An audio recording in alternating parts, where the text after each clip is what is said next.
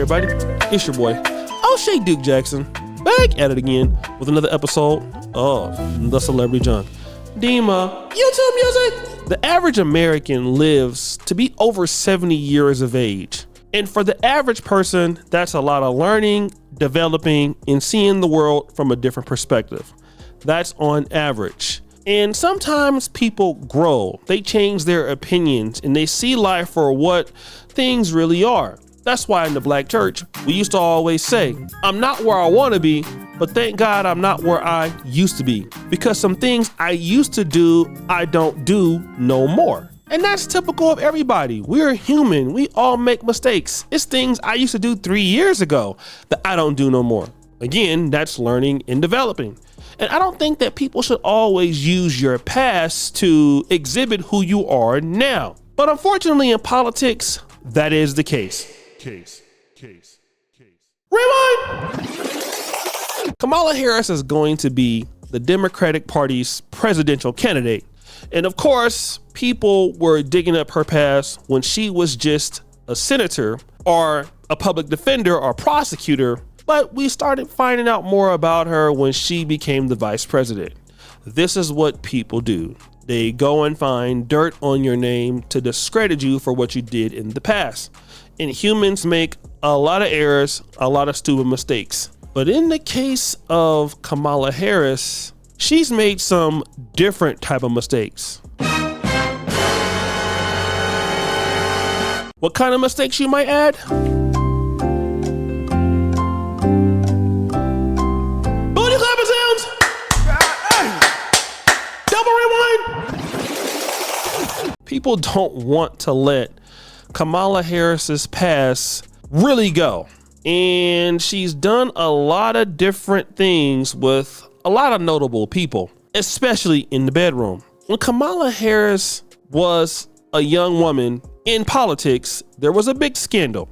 So they understand that it will look really bad if they do not lean in to saying that they really do want Kamala. But even that feels a bit performative to me. And I'll tell you why.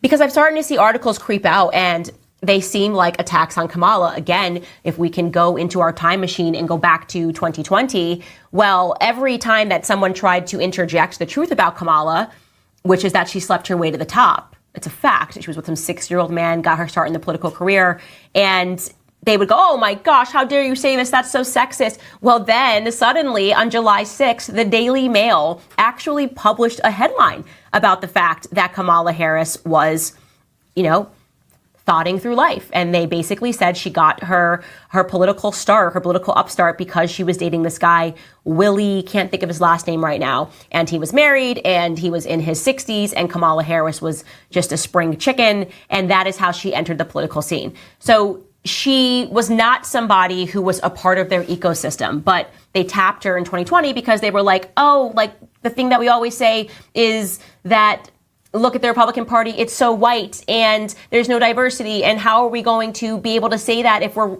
running Joe Biden, who has been extraordinarily wealthy his entire life and whose son is becoming extraordinarily wealthy while smoking crack simply because he's doing dirty deals in Ukraine? So what are we going to do? We're going to hire Kamala Harris. We're going to select Kamala Harris to be the vice president.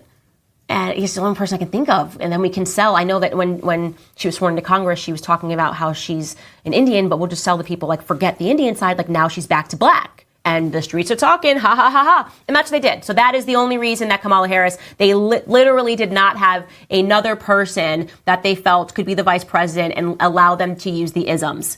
You don't like her, you're a sexist. You don't think that she's amazing, you're a misogynist, deep-seated misogyny. You don't want this ticket to win. Is it because Kamala Harris is black?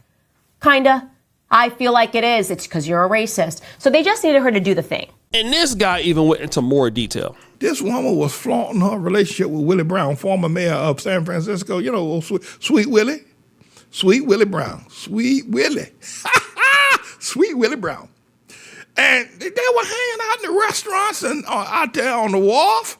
And Willie Brown is married. They were in public while she was a district attorney. Here she was, an adulterer, going with this man You know, and all over you pick up the daily the British newspapers. They covered it. Many of the people in the Frisco area didn't cover it. In America, they didn't bring it up against her either. But no, this woman was flaunting her relationship with Sweet Willie Brown, and they were getting it on. So she did date a black man because Willie's about as black as you can get. That guy's black as about 2 months cold. And she used to date Montel Williams. That's her on the Inside Edition video you see in the background. Even Tommy Sotomayor said, "Who remembers when VP Harris was just a pass around?" Well, Pepper Ridge Farm remembers, and you should too. Don't you ever bring up Trump or his wife having the morals of an alley cat again without saying Kamala has the morals of a hood rat. Now, again, I can agree with what he's saying. And like I said, I'm not really so concerned about who she's dating or who she's married to. And the reason why I'm not doing that is because Kamala Harris does not claim to be pro-black.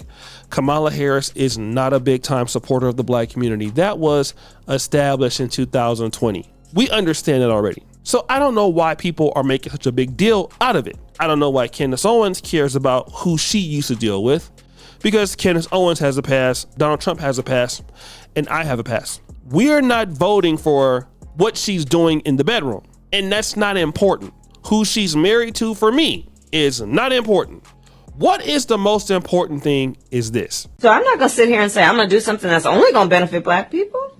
No. That's important. And I think that's where we should leave it at. As a voter, as a person that's an American citizen, we should be looking at what can Kamala Harris, as president, do for black people? Let me give you an example. I know a lot of guys might not like this.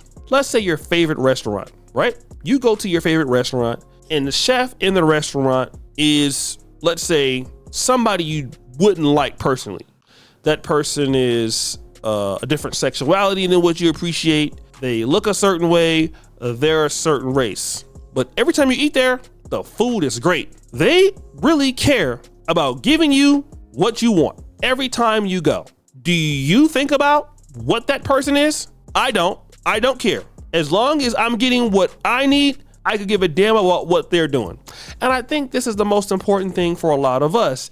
The reality is that even if Kamala Harris is married to a black person or a black man or whoever else, a black woman, it really wouldn't matter because the stance is still wrong. And that's the situation that's wrong, right? All of us have made mistakes in our life, done things that we are not proud of. People, we have skeletons in our closet that are incredible and we don't want anybody to know what's in there. Like the old preacher used to say, let's get back to the bush. Let's get back to the point. Let's take it back there.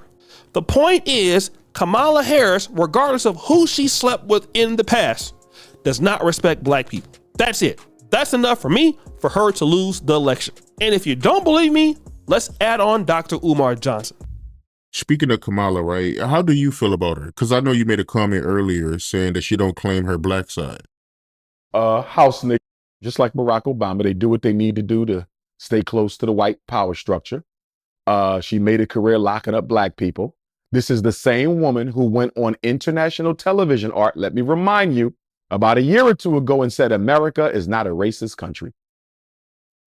You want me to go vote for a so-called black woman who went on international television and told the world that America is not a racist country? She spit in the face of the family of Trayvon Martin. She spit in the face of the family of Breonna Taylor. She spit in the face of the family of Michael Brown, Alton Sterling, Philando Castile, Amir Locke, Dante. We can go on and on. Tamir Rice, all the Africans murdered by police, which are state-sanctioned executions. Let us be clear. The police are agents of the state. When the police kills a black person, that is a state-sponsored execution. And in response to all this racism, the execution of George Floyd, this part-time black woman says America is not racist. And I think in politics, we should look at it from this perspective. As black voters, for me, my two things that I want to hear a black presidential candidate talk about, or at least be willing to listen to, is two things. First, the migration crisis. that's affecting the black community. Even though I live in Africa, I'm still an American citizen, right? I don't want to have the community that I'm from bombarded in black communities like the west side of Chicago with illegal migrants who might be robbing and stealing some of them or causing problems. In black Harlem, you have African American women who don't feel safe, or black women who don't feel safe because 125th Street is flooded with illegal migrants. I'm concerned about that. And I'm also concerned about the my cousins or my family members not having the opportunity to get a good job because they're being undercut in the market by illegal migrants who don't really care about the lineage of my particular distinctive group. First off. Second off, where does the president stand on reparations and or HBCU funding? For those of you who don't know, I love the United Negro College Fund, right? I've supported it before. And I think it's important for our historical presence to be known in HBCUs, having attended one. Those are the two main things I'm concerned with. And if you're a candidate and if you say you're not interested in that with me, I don't care. I'm not voting for you. I don't care who you sleep with. I don't care what your sexuality is. I want to know if you're interested in giving me what I need and what I desire for me to vote for you. And Trump has already shown that he is interested in giving HBCUs funding. That's one of the two things I'm looking for. Plus, we know where he stands on migration. That's enough for me. All other things I don't care about. Those are my two talking points. That's what I want. I can deal with everything else. When Trump came into power, I was in medical school. A lot of blacks I know flourished, so it wasn't as bad as people make it think. That's all I care about. And to be fair, that's what you should care about. So guys, what do you think? It's your boy, Shady Jackson. Back at it again with another episode of The Celebrity Junk. I appreciate you for all that you do. Subscribe to the bell. We're out.